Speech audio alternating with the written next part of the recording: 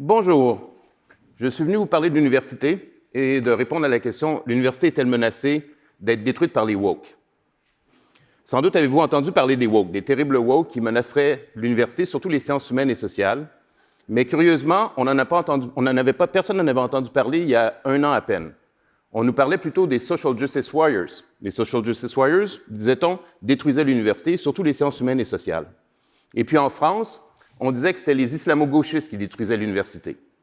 Et puis pour le président Vladimir Poutine et pour le pape François, c'est plutôt la cancel culture qui est le problème. Parole d'expert, sans doute.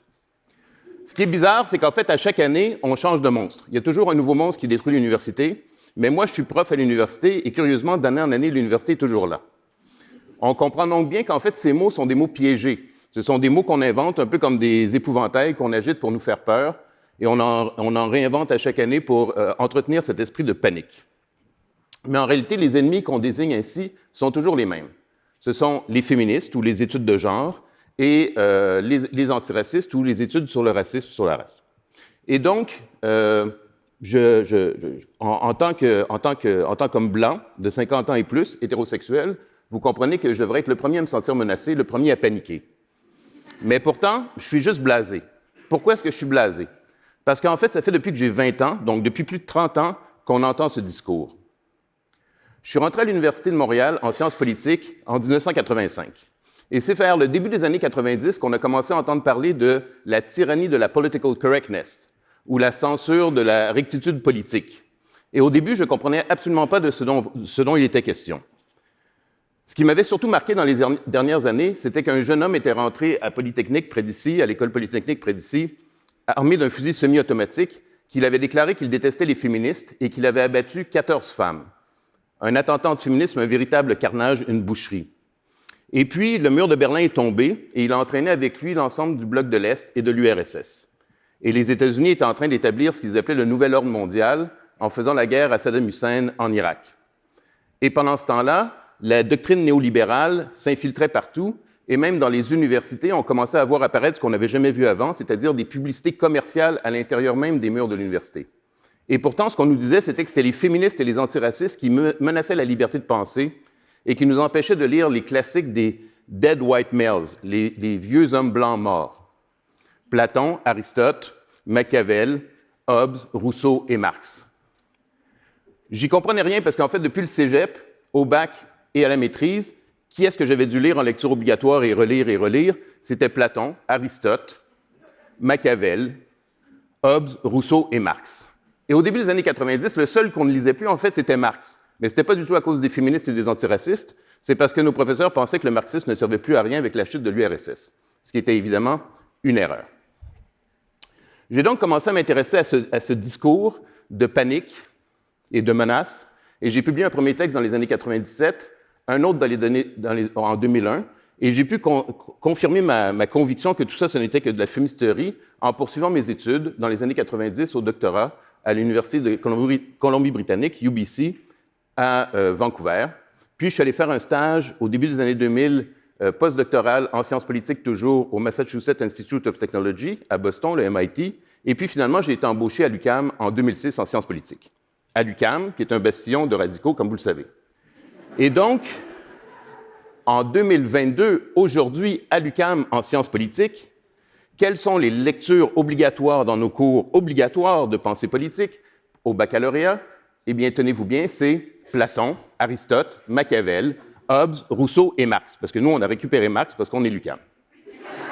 Et donc, vous comprenez bien que nos étudiants qui sont aujourd'hui dans les murs de notre université n'étaient curieusement même pas nés 30 ans plus tôt, quand apparemment on la détruisait, cette université. Alors, je suis ici aujourd'hui pour vous dire de vous méfier d'un certain nombre de sous-discours qui sont liés à cette idée générale que l'université est attaquée par les féministes et les antiféministes. Et les antiracistes, pardon. Et donc, je vous dis, méfiez-vous premièrement quand vous entendez que l'université, c'était mieux avant les féministes, avant les études de genre, avant les études sur le racisme. On vous brosse un portrait d'une université où des collègues discutaient de manière amicale et collégiale de grandes questions existentielles et recherchaient ensemble la vérité. Le problème avec cette image, c'est qu'une telle université n'a jamais existé. Quand les premières universités chrétiennes ont été fondées en Europe au XIIe siècle, Il y avait des universités dans d'autres civilisations, donc, dont la civilisation musulmane, mais les premières universités chrétiennes fondées en Europe au XIIe siècle, il y a eu tout de suite des grèves étudiantes. Et dans les premières universités médiévales en Italie, à Padoue et à Bologne, par exemple, les étudiants contrôlaient l'université. Le recteur était un étudiant et les professeurs devaient prêter serment au recteur étudiant. Les étudiants pouvaient même suspendre le salaire des professeurs s'ils ne respectaient pas le plan de cours. Et donc, les autorités politiques et religieuses ont même créé les chaires, les fameuses chaires, justement pour soustraire les professeurs à ce contrôle étudiant. Si on fait un bond de géant au 19e et au 20e siècle, qu'est-ce qu'on retrouve dans les universités en Occident? On retrouve en fait des représentants des différentes idéologies. Il y a des anarchistes, comme un géographe célèbre, Élisée Reclus, il y a des socialistes, il y a des républicains, il y a des libéraux, il y a des monarchistes, il y a des catholiques papistes. Les plus grands universitaires de l'époque utilisent les moyens les plus avancés de la science pour développer des thèses sexistes et racistes et justifier, par exemple, l'esclavagisme et le colonialisme. On mesure les crânes et on pèse les cerveaux. Et devinez quoi? Quelle que soit la méthode qu'on utilise, on arrive toujours à la même réponse. C'est les hommes blancs qui sont la catégorie supérieure de l'humanité. C'est incroyable, c'est une chance incroyable. Vive la science! Au 19e siècle et au 20e siècle, il y a des fois, pas toujours, pas souvent, mais régulièrement quand même, des étudiants qui perturbent les amphithéâtres, qui perturbent l'enseignement pour des raisons politiques. C'est le cas de socialistes révolutionnaires, mais aussi de monarchistes et de catholiques papistes, si bien qu'à la Sorbonne, par exemple, des enseignements de professeurs socialistes sont perturbés, si chahutés, que même la police doit intervenir pour faire évacuer le campus. Vous comprenez donc que tout ça, ce n'est pas des nouveautés et que l'idée d'un campus calme et paisible, c'est une illusion. Je vous dis aussi, méfiez-vous quand vous entendez que sur les campus règne un totalitarisme qui rappelle l'époque de Staline ou qui rappelle la révolution culturelle de Mao. C'est des affirmations non seulement ridicules, mais abjectes, puisque c'est une insulte à la mémoire des millions et des millions de personnes qui sont réellement mortes de ces crimes de masse. Et en réalité, ça ne correspond évidemment pas du tout à la vie sur les campus, qui est plutôt calme, paisible, routinière, certains diront même peut-être ennuyeuse parfois, alors que les professeurs comme moi, par exemple, dans le réseau public, nous avons des conventions collectives où notre liberté d'expression est assurée, y compris par rapport à la direction. On peut critiquer notre direction, on peut critiquer le gouvernement, on peut critiquer les autres. Ce type de convention et ce type de protection de la liberté d'expression, elle n'a pas d'équivalent dans le secteur privé et pas non plus dans le secteur public. Dire donc qu'on est dans un système tyrannique ou de censure est tout à fait ridicule. Méfiez-vous aussi quand on vous dit « tous les problèmes viennent des campus américains et des États-Unis ». En fait, le réseau universitaire américain, il est immense. Il y a 5000 établissements universitaires aux États-Unis environ, alors qu'en France, en comparaison, il y en a 350 et au Québec, 19. C'est donc gigantesque. Il y a environ 1,5 million de professeurs d'université aux États-Unis et 20 millions d'étudiants et d'étudiantes. Donc, laisser penser que les féministes et les antiracistes contrôlent tout ce beau monde, c'est totalement ridicule. Surtout qu'on ne vous dit pas qu'il y a 1700 programmes de MBA, les Masters en Business and Administration. Il y a 480 business schools, donc des établissements entièrement consacrés à l'enseignement de la gestion et du commerce. Il y a à peu près 200 universités qui sont religieuses, chrétiennes, catholiques ou protestantes, et là-dedans, il y en a 70 qui sont gérées par les adventistes du 7e jour, qui enseignent la théorie créationniste du début de l'univers. Je ne suis pas sûr que c'est super woke. Il y a aussi 70 académies militaires et 60 programmes en études stratégiques et sur la guerre dans les universités privées et publiques. Donc oui, il y a évidemment des études sur le genre et des études sur le racisme aux États-Unis, dans à peu près 5 à 10 % des établissements, mais en réalité, c'est très marginal et il y a d'autres forces beaucoup plus influentes sur les campus. À ce sujet, méfiez-vous quand on vous dit, à cause de la cancel culture, en anglais évidemment pour vous faire peur, donc la culture de l'annulation, on ne compte plus les conférences annulées et les professeurs mis à pied. En réalité, il y a des gens qui ont compté. Et quand on compte, on réalise qu'il y a très, très peu de cas. Il y a des cas, mais très peu de cas. C'est quelques dizaines par année aux États-Unis où, comme je vous rappelle, il y a 1,5 million de professeurs. C'est donc vraiment des nombres minuscules. Et c'est vrai que des fois, il y a des campagnes de féministes ou d'antiracistes contre, par exemple, un professeur ou au sujet d'une conférence. et peut-être même qu'elles sont justifiées parce que peut-être qu'il y a effectivement des propos racistes ou sexistes. Mais en fait, c'est une toute petite minorité, et dans les cas les plus courants, les problèmes viennent en fait de conflits avec la direction au sujet des règlements, par exemple dans des établissements privés. Et donc, sur les quelques dizaines de cas de professeurs sanctionnés, seulement 25% à la fin sont mis à pied, et c'est généralement en raison de conflits avec leur direction. Il y a aussi les forces conservatrices et réactionnaires qui manœuvrent contre des professeurs progressistes. Vous avez eu, par exemple, des professeurs aux États-Unis, une professeure transgenre qui a été mise à pied en raison de son identité de genre. Vous avez eu une professeure qui a publiquement appuyé Black Lives Matter, qui a été renvoyée. Vous avez eu un professeur qui a ouvertement appuyé le mouvement antifasciste, il a été renvoyé. Et dernièrement, à l'Université de Toronto, une professeure, une juriste étrangère n'a pas été embauchée parce qu'une campagne a été menée contre elle, l'accusant d'être trop proche du mouvement palestinien et trop critique envers l'État d'Israël. Et puis enfin, il y a une professeure, une théologienne, dont la conférence a été annulée aux États-Unis parce qu'elle enseignait la thèse selon laquelle Jésus était queer.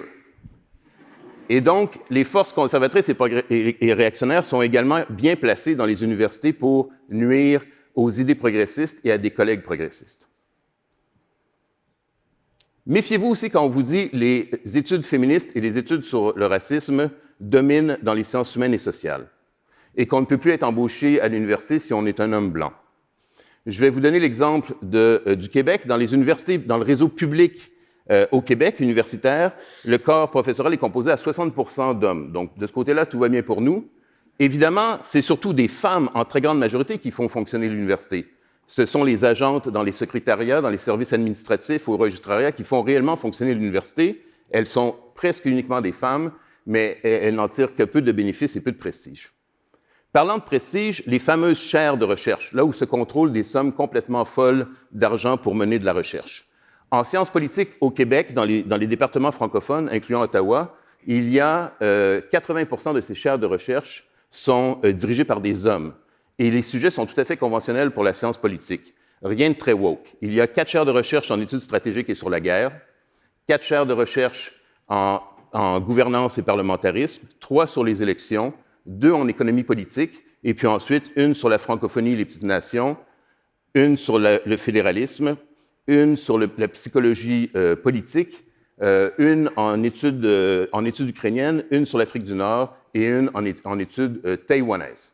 Il y a évidemment des études féministes au Québec, à l'UQAM par exemple, mais pas dans toutes les universités. Ça ne représente que 1% des inscriptions à l'UQAM, c'est-à-dire quelques centaines de personnes sont inscrites en études féministes au Québec en ce moment. En guise de comparaison, à l'UQAM, l'École des sciences de la gestion recrute 30% de nos inscriptions. C'est donc tout à fait disproportionné.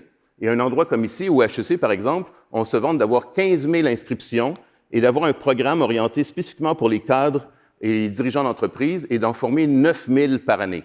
Donc, vous voyez encore une fois que l'influence sur les réseaux universitaires et sur la société, évidemment, est totalement démesurée par rapport à ce qu'on nous présente de l'influence des études féministes et des études sur le racisme. Pour terminer sur une note positive par rapport à ces champs d'études qui sont tellement décriés, tellement critiqués et qu'on prétend qu'ils ont même une force de destruction, non seulement à l'université, mais sur la société, sur la nation, sur la famille, etc. J'aimerais vous rappeler que ces nouveaux champs d'études, en fait, ils s'inscrivent dans des disciplines très anciennes. Il n'y a rien de très original là-dedans. Les études féministes ou les études sur le racisme, par exemple, s'inscrivent en histoire, ou en philosophie, ou en sciences politiques, ou en sociologie, ou en histoire de l'art, par exemple. Ils reprennent leur méthode d'enquête, leur méthodologie, et peuvent mener donc des travaux tout à fait rigoureux avec des bonnes vieilles méthodes éprouvées. Ce qui est nouveau, ce qui est différent, c'est qu'ils posent des nouvelles questions. Et selon moi, ça devrait être un des rôles de l'université de poser des nouvelles questions. Ce n'est pas juste pour nous, évidemment, que ces champs d'études ont été développés, mais en fait, je pense quand même que par rapport à moi, qui est un homme, je ne me comprends qu'à moitié sans l'aide du féminisme. Et en tant que personne blanche, je pense que je ne me comprends qu'à moitié sans l'aide des études sur le racisme, par exemple. Et j'en suis convaincu, ces nouveaux champs d'études sont en fait les principales innovations et constituent les principaux axes de développement des connaissances et du savoir des 30 dernières années. On doit s'en réjouir et je ne peux que vous encourager à vous y intéresser. Je vous remercie beaucoup.